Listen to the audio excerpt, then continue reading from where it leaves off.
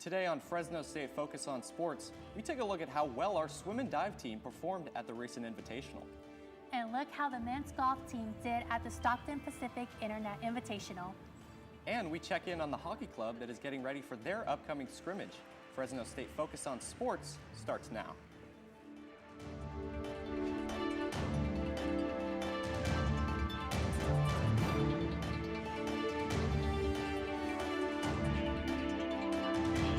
Hello and welcome to Fresno State Focus on Sports. I'm Finley Pendergast. And I'm Chelsea Broderick. Fresno State's volleyball team faced a devastating loss against the Wolfpack on Saturday. Nevada came in hot this past weekend, starting off strong in period 1 with 19-25. With a rocky start, the Dogs did come back in period 2, winning 25-21. Throughout the first two periods, the match went back and forth. During the game, Addison Haluska did set a record high with 17 kills and 4 blocks. The Dogs did put up a great defense, however the Wolfpack came for the win in a 1-3 game.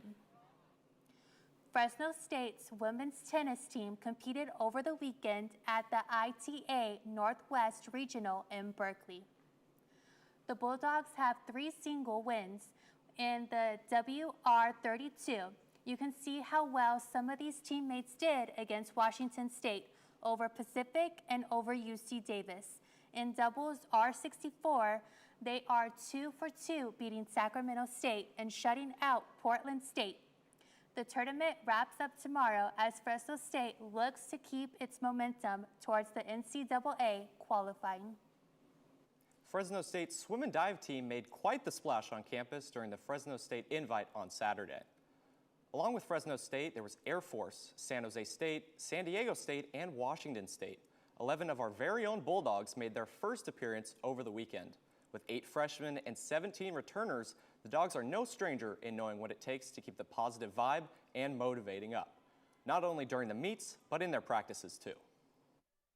I think just energy. I think we're all cheering for each other, and I feel like we're all making sure that everyone's excited for the day and know that they have the confidence to do well in themselves. So just energy, I think I can bring, and everyone else can too.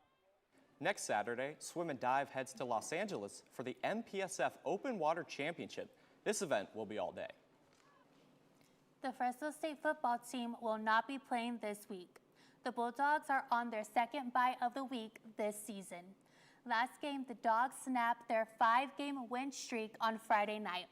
The Bulldogs lost to Colorado State Rams on the road 49-21. Quarterback E.J. Warner threw for 350 passing yards and 3 passing touchdowns. But Warner turned the ball over 4 times, having thrown 3 interceptions and lost 1 fumble. The Dogs next play against the San Diego Aztecs on October 25th at the Valley Children's Stadium in a blackout game. Kickoff for homecoming will be announced after this weekend. Fresno State's men's golf wrapped up in Stockton at the Stockton Pacific Invitational in 9th place with a team score of 4 over 868. Jaden Hunter led the way with a season-low 3 under 69, finishing tied for 30th. Zach Tarter and James Watney both ended at 2 over, while Nash Arthur and Vaughn Wasson round out the top scores. Individual competitor Jake Benincourt closed at 13 over. The Bulldogs will be back in action October 20th at the St. Mary's Invitational.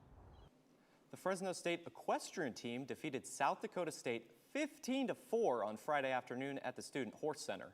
They secured a season-opening win for the 2nd straight year.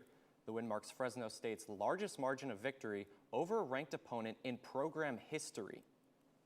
We're still getting in shape as much as the horses are, so I think for this meet we were just aiming for clean, correct rides. I mean, don't get me wrong, we're going to push ourselves, but I think for this meet in particular, we're doing it for the integrity of the horse as well. Fresno State opened the meet with a 5-0 sweep in the fences. From there, they ran away with the lead. The Bulldogs host TCU for their conference opener at the Student Horse Center on October 17th at 10 a.m. Fresno State softball fans got their first look at the new team over the weekend. The Dogs played 2 fall ball games, one against Reedley College and another against CSU Bakersfield. They will play 6 more games this fall. A 4-game slate will be played on October 25th and 26th in Santa Fe Springs, California. The teams the Dogs will play are Long Beach State, UC San Diego, Cal State Fullerton, and UCLA. The Dogs will finish their fall ball schedule at home on November 5th and 7th against Fresno City and Folsom Lake. Fresno State's women's soccer team had a tough match against Utah State last Thursday, losing 1-7. The Bulldogs struggled in the first half, finishing 0-3. They finally scored their first goal 7 minutes into the second half, but Utah quickly answered with 4 more goals, wrapping up the game at 7-1. This loss puts Fresno State at 4-5 overall and 1-2 in conference play. They'll be back at home to face Colorado State this Thursday at 7 p.m. After their first scrimmage of the season, the Fresno State Hockey Club is starting to lock in. The Bulldogs have quite a few new faces on the ice now, and they've been putting in a lot of work to refine their game, as Chase Merigian shows us. This year, the Fresno State Hockey Club is making some pretty drastic changes in order to switch up the formula from past seasons. The team just picked up its new head captain, Keanu Araguin, coming all the way from Texas in hopes to bring new energy to the team. This is my first season here at Okay. Fresno State. So you're a rookie I got my technically. undergrad at East Texas Baptist University. That's where I played for 4 years as well. Keanu says the team's modest roster size helps them form a more tight-knit group and becomes one of their biggest strengths. I'm here at the Gateway Ice Center, where the Fresno State Hockey Club has let me sit on one of their practices as they prep for their doubleheader against UC Santa Cruz on October 24th and 25th. The team has been busy putting in the hard work over some late nights and long hours, trying to get themselves ready for this new season. New recruit Tristan Andrews says the team's biggest strengths lie in their chemistry on the ice and in the locker room. Our locker room is definitely our biggest strength. Like, everyone in there is fertile. Like, we're looking to improve, like, stamina, our short bench, and, I mean, that's about it. Like, once we get that figured out, we should be good. The team just played their first scrimmage on September 26th, so for now, they'll be refining their game in preparation for their doubleheader against UC Santa Cruz on October 24th and 25th. At Gateway Ice. The Fresno State Hockey Club has been building up towards this season since their revival back in 2023. If you want to support the team, go out to the Gateway Ice Center to watch their doubleheader against UC Santa Cruz on the 24th and 25th. The Fresno State Hockey Club is back, and they're well underway in their season. With me today, Hockey Club goalie Aiden Rosas. Thank you. Yeah, thanks for joining us. My pleasure. All right, so I understand that this club has had its up and downs over the last few years with it coming and going. Tell me what is different this season. I'd say our brand. I'd say everyone asks the question, we have a hockey club? And we get that more than we like to say. But we brought in people from our coaches, from our interns, to our players that have helped build up this program to where I think that we're going to have the most successful season that we are probably going to have to date. Awesome. And with the new coaches and the system, the new system, tell me how that's going. I'd say better than it's ever been. Last year we did have a good coaching staff, but throughout the season there was a lot of struggles that hit us where we don't want to admit, and it really hurt us in a way, but we rebounded towards the end. But now we have people who, from our players and from our coaches, who know hockey and have played hockey, and they're bringing in a new level of experience that are helping a lot of our newer guys develop and break out to where we're all using each level of experience to better not just ourselves, but each other. Awesome. That's awesome to hear. And we're so excited that the hockey club is back and hope that you guys have a great season. Thank you for joining us. Thank you. Let's get back to you guys at the desk.